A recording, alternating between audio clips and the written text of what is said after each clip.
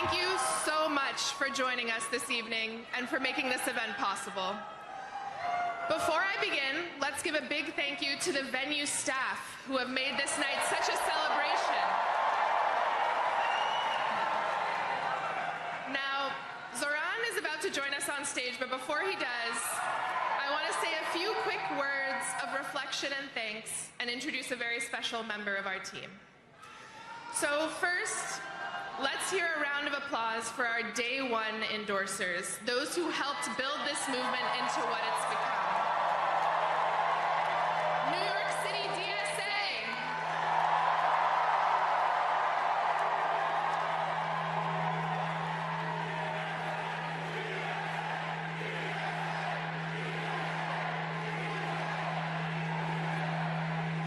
Cab Voice. Drum Beats. New York Communities for Change. And Jewish Voice for Peace Action. And please give it up for our friends at the New York Working Families Party who have been such a leader in our long fight for an affordable, livable city. Now, do we have labor in the house? Throughout this campaign, we have stood shoulder to shoulder with our brothers and sisters in organized labor at 1 a.m. in Queens, at 4 p.m. in Manhattan, at 6 a.m. in Brooklyn, at every time of day and night, in every corner of the city, and we are so grateful for your partnership. And we are so proud to be backed by dozens of elected leaders, from the local to the state to the federal level. And we know that the relationships that we have built will only deepen from City Hall as we work together to transform New York into a city where every person can live a dignified life.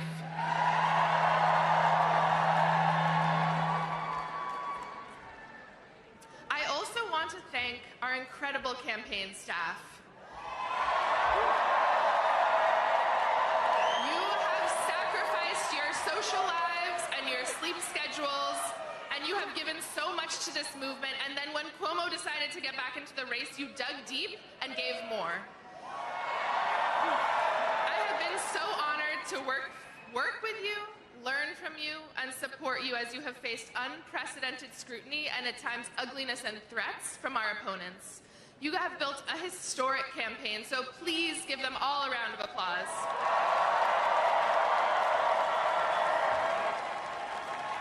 And please join me in celebrating the person who has been Zoran's right hand from day one, whose deep commitment to our movement and care for our people has infused every part of this campaign from top to bottom, and without whom we would not be here tonight, El Biscard Church.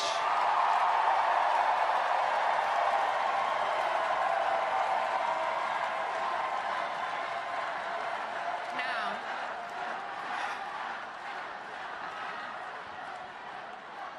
we have all been inspired by Zoran as a candidate, but I also want to speak to his strength as a person.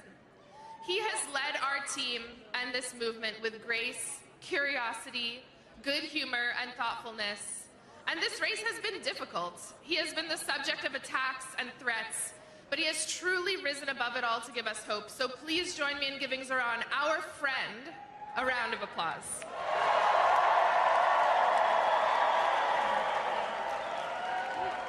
And there are too many supporters to name, so I want to speak to everyone directly. Please raise your hand if you have given to this campaign, whether that is time, labor, knocking a door, hosting an event, creating art. And if you are one of the this is beautiful. And if you are one of the tens of thousands of people who contributed but cannot be with us tonight, this is for you as well. You have made history. You set unreachable goals and then exceeded them. You believed in this city and believed in each other. And you achieved something that people will speak of for decades to come. You led with kindness and compassion. And most importantly, during a time of despair and rising fascism, you decided to fight for someone that you don't know. So thank you.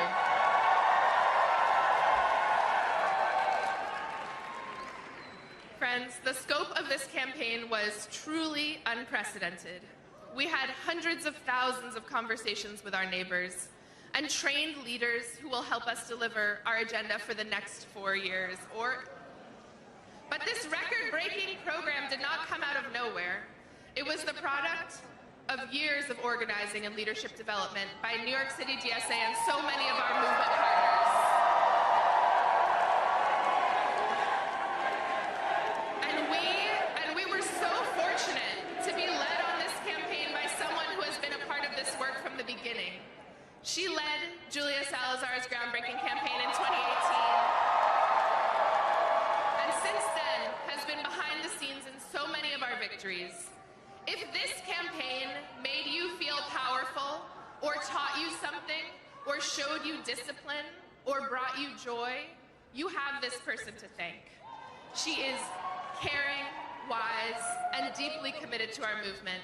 And I am sure she is backstage losing her mind at being called out like this.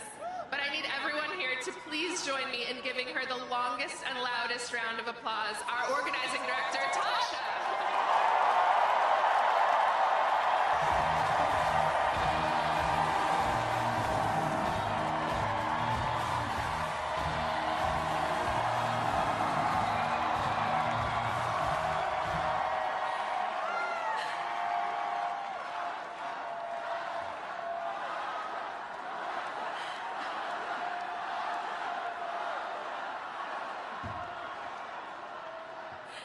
Thank you. This is very exciting. Thank you, everyone. I'm Tasha, and I've had the honor of being the field director on this campaign. I first crossed paths with Zoran in 2017 on a city council campaign for Kader El-Yateem in Bay Ridge. Zoran was the paid canvas manager, and I was volunteering on the campaign as a member of New York City Democratic Socialists of America. I don't think that we could ever have imagined that 8 years later, we would be here on election night for a mayoral campaign 104,000 volunteers strong. 104,000 volunteers. We love numbers, we love metrics, but I want to talk first about what's behind those numbers. Every number is, in a way, an act of bravery. Door knocking is not the easiest thing. For many, including myself, it takes a moment of bravery at the beginning, asking a stranger something about their lives and sharing something about yours. Sharing what you want to see in the world, it can be daunting. Thousands of people did it.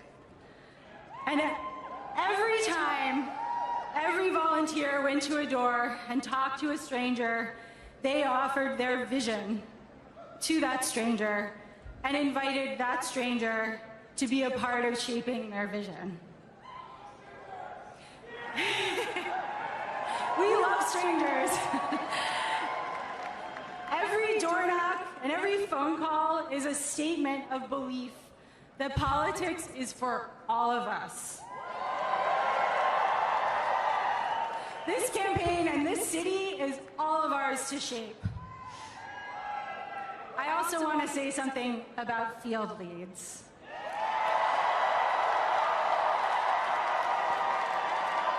All of our canvases,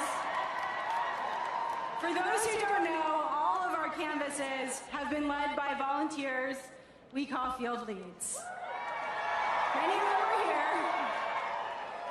Most led a shift every week, and some led a shift every week since December. And every time they led a canvas, and they were the ones welcoming new volunteers into our movement. They were the ones who helped inspire folks coming out to canvas for the first time. Without those 700 people who chose to step into leadership in an uncertain moment and try something new and scary, this field operation at this scale would not have happened.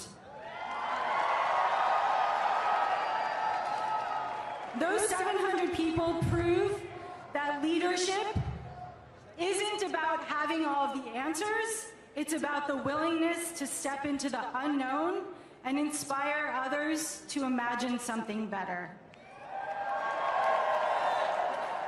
So here are the numbers.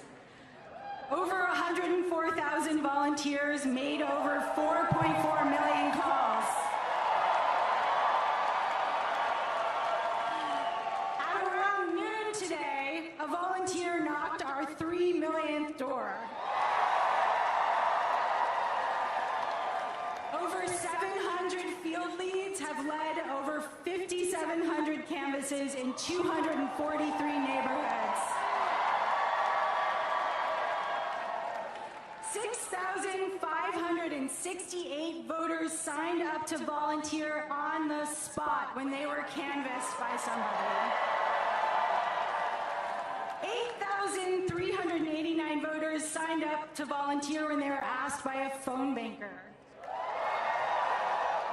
These are unprecedented numbers.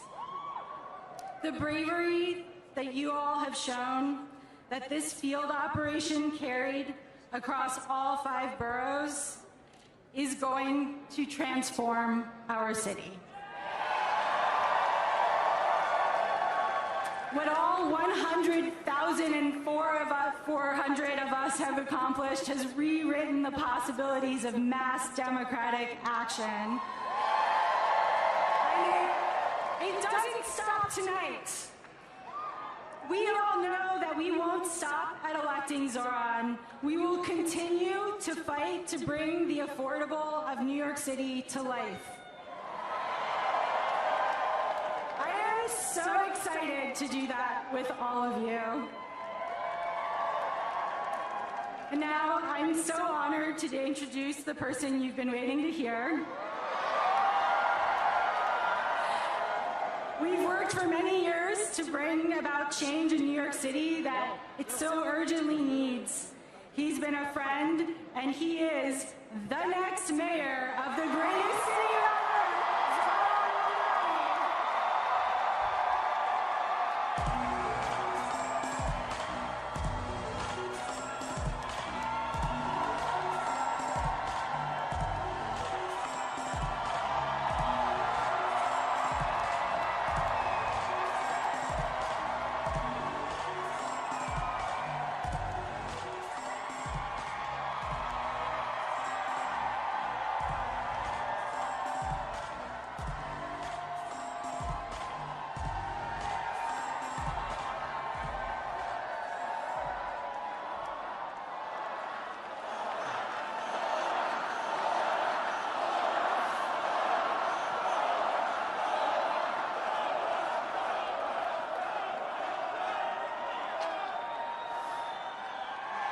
Thank you, my friends.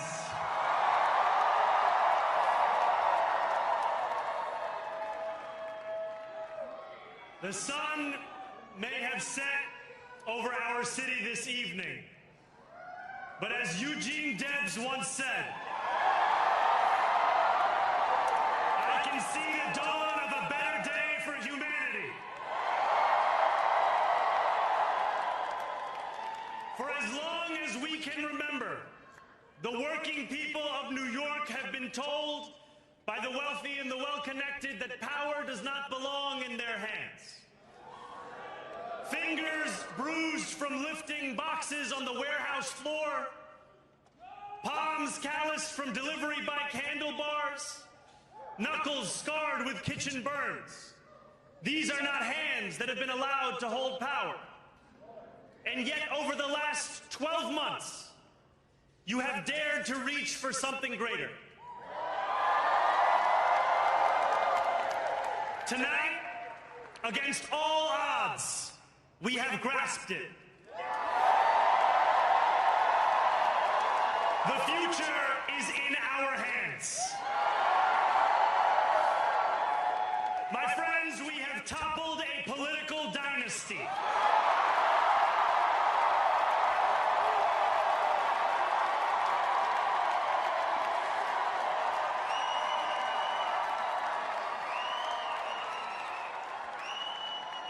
wish Andrew Cuomo only the best in private life. But let tonight be the final time I utter his name. As we turn the page on a politics that abandons the many and answers only to the few.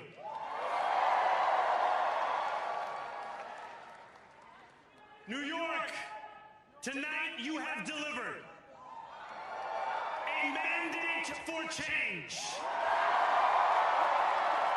A mandate for a new kind of politics. A mandate for a city we can afford. And a mandate for a government that delivers exactly that. On January 1st, I will be sworn in as the mayor of New York City.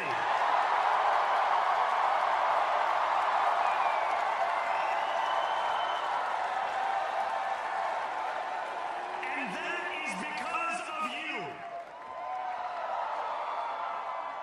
So before I say anything else, I must say this. Thank you. Thank you to the next generation of New Yorkers who refused to accept that the promise of a better future was a relic of the past. You showed that when politics speaks to you without condescension, we can usher in a new era of leadership. We will fight for you because we are you. Or as we say on Steinway, ana minkum wa ilaykum.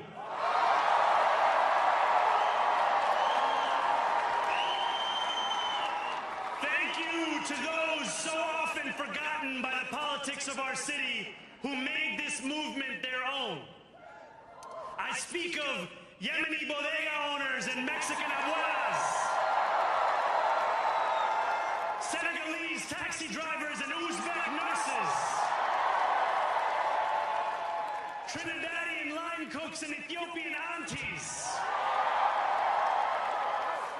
Yes, aunties. To every New Yorker in Kensington and Midwood and Hunts Point, know this. This city is your city, and this democracy is yours too. This campaign is about people like Wesley, an 1199 organizer I met outside of Elmhurst Hospital on Thursday night. A New Yorker who lives elsewhere, who commutes 2 hours each way from Pennsylvania because rent is too expensive in this city. It's about people like the woman I met on the BX33 years ago, who said to me, I used to love New York, but now it's just where I live. And it's about people like Richard, the taxi driver I went on a 15-day hunger strike with outside of City Hall, who still has to drive his cab 7 days a week. My brother, we are in City Hall now.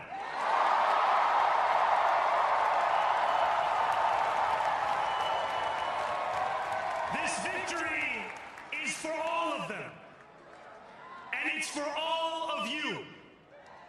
The more than 100,000 volunteers who built this campaign into an unstoppable force. Because of you, we will make this city one that working people can love and live in again. With every door knocked, every petition signature earned, and every hard-earned conversation, you eroded the cynicism that has come to define our politics.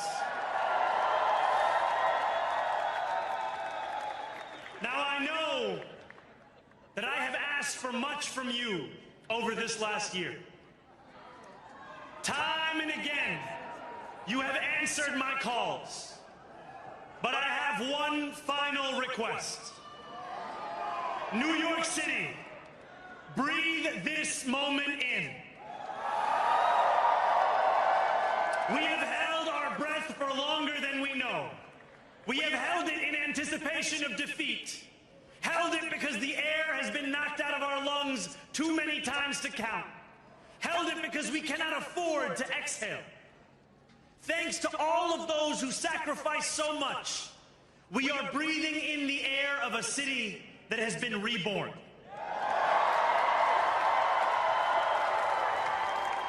To my campaign team, who believed when no one else did, and who took an electoral project and turned it into so much more, I will never be able to express the depth of my gratitude. You can sleep now. To my parents, Mama and Baba, you have made me into the man I am today. I am so proud to be your son. And to my incredible wife, Rama,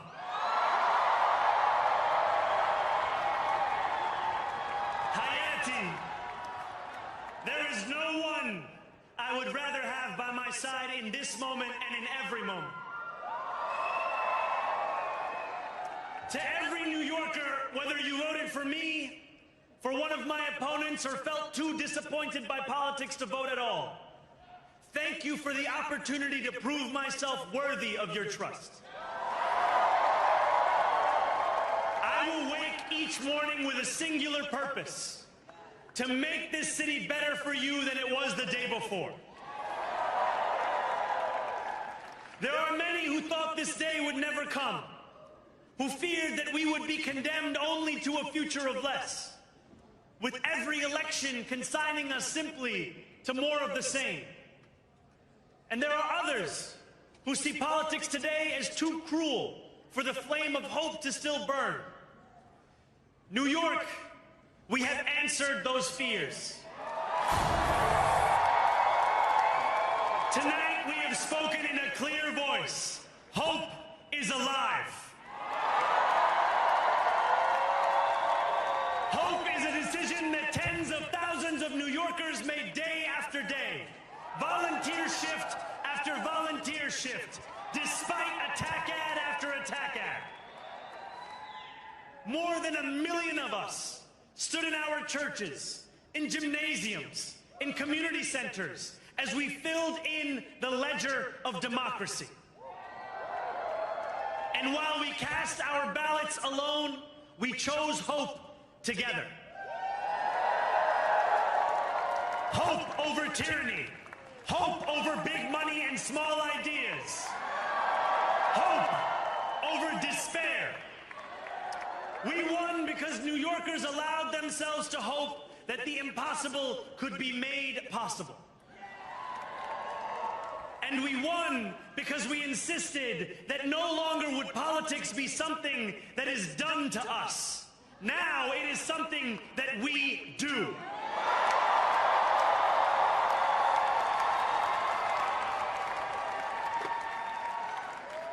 Standing before you, I think of the words of Jawaharlal Nehru.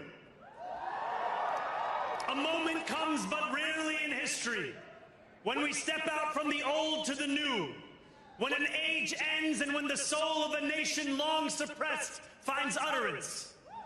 Tonight we have stepped out from the old into the new. So let us speak now with clarity and conviction that cannot be misunderstood about what this new age will deliver and for whom. This will be an age where New Yorkers expect from their leaders a bold vision of what we will achieve, rather than a list of excuses for what we are too timid to attempt. Central to that vision will be the most ambitious agenda to tackle the cost of living crisis that this city has seen since the days of Figueroa LaGuardia.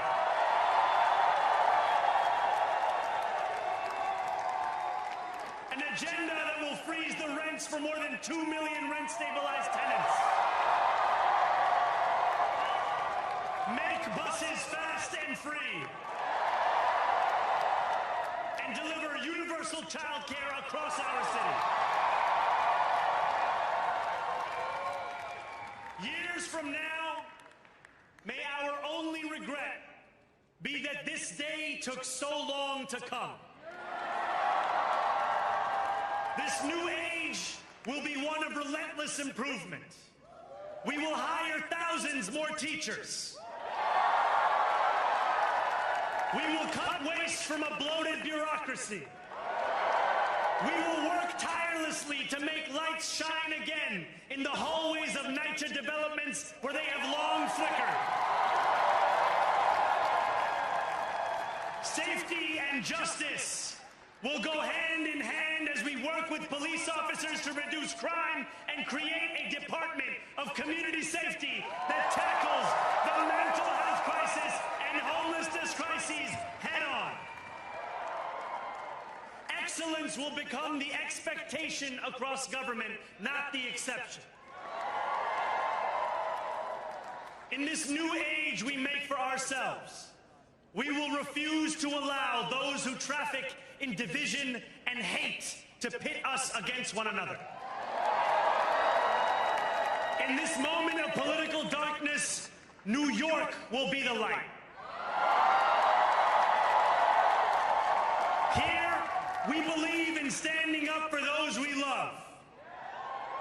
Whether you are an immigrant, a member of the trans community, one of the many black women that Donald Trump has fired from a federal job, a single mom still waiting for the cost of groceries to go down, or anyone else with their back against the wall, your struggle is ours too. And we will build a city hall that stands steadfast alongside Jewish New Yorkers and does not waver in the fight against the scourge of anti-Semitism. Where the more than 1 million Muslims know that they belong. Not just in the 5 boroughs of this city, but in the halls of power. No more will New York be a city where you can traffic in Islamophobia and win an election.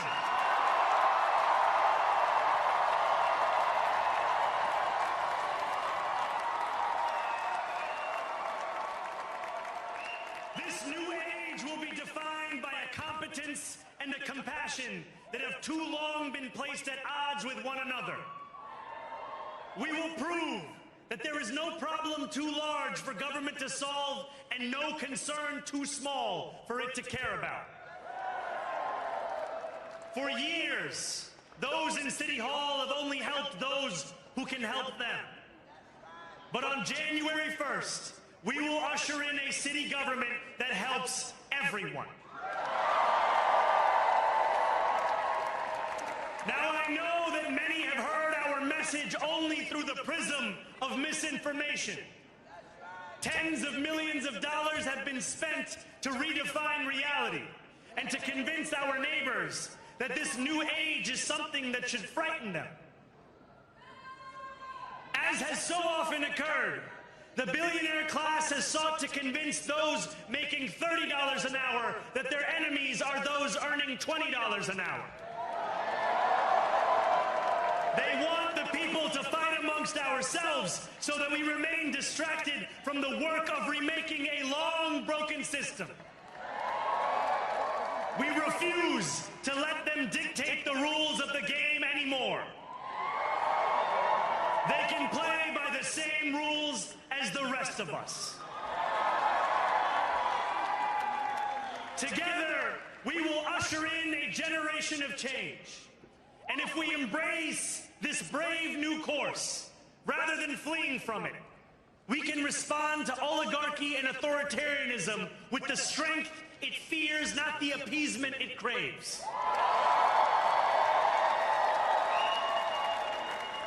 After all, if anyone can show a nation betrayed by Donald Trump how to defeat him, it is the city that gave rise to him.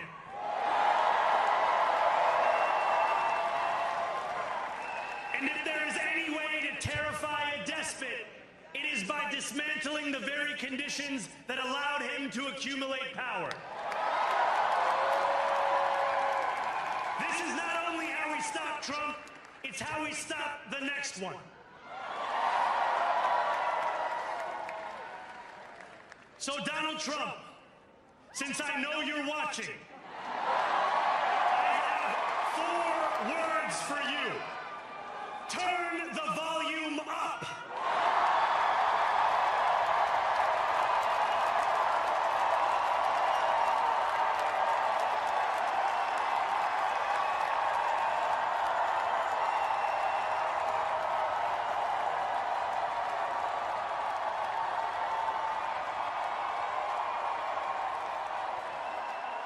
We will hold bad landlords to account because the Donald Trumps of our city have grown far too comfortable taking advantage of their tenants.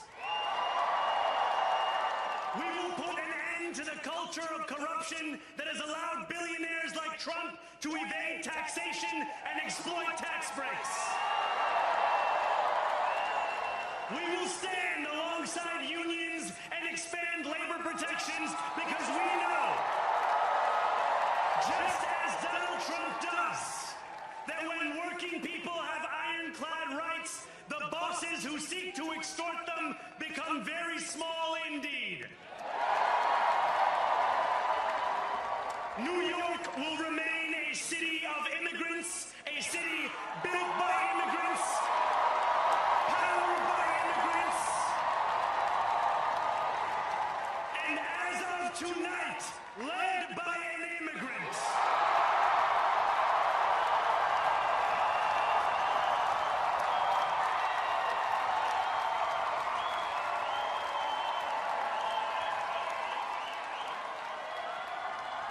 So hear me, President Trump, when I say this. To get to any of us, you will have to get through all of us.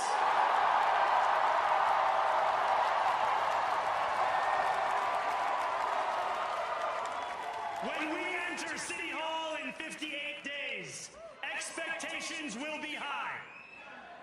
We will meet them. A great New Yorker once said that while you campaign in poetry, you govern in prose.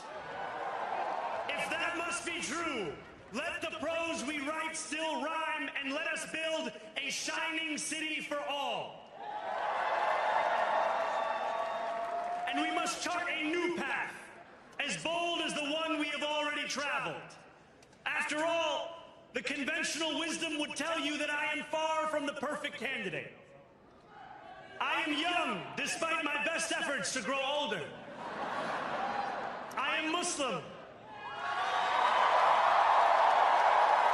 I am a democratic socialist.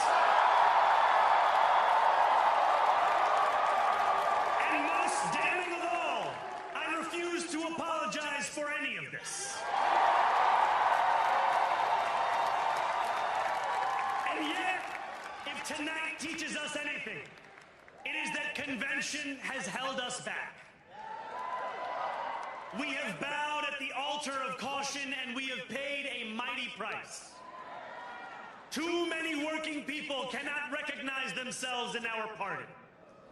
And too many among us have turned to the right for answers to why they've been left behind. We will leave mediocrity in our past.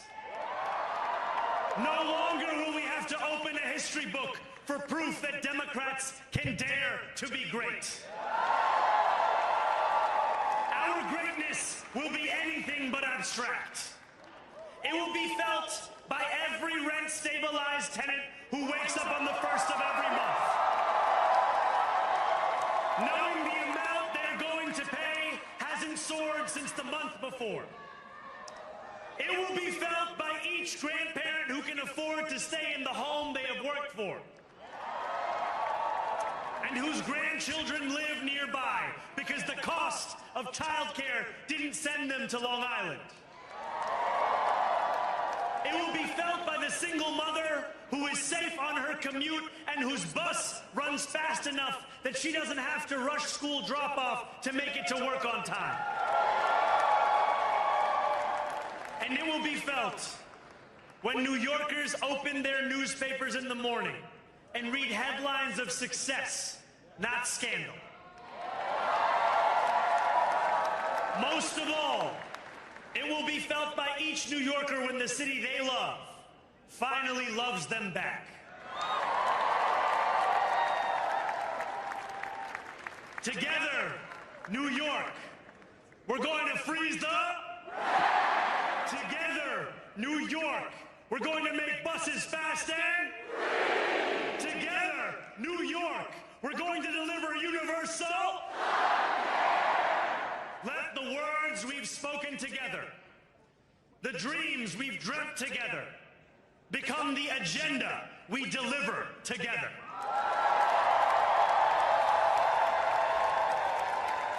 New York, this power, it's yours. This city belongs to you. Thank you.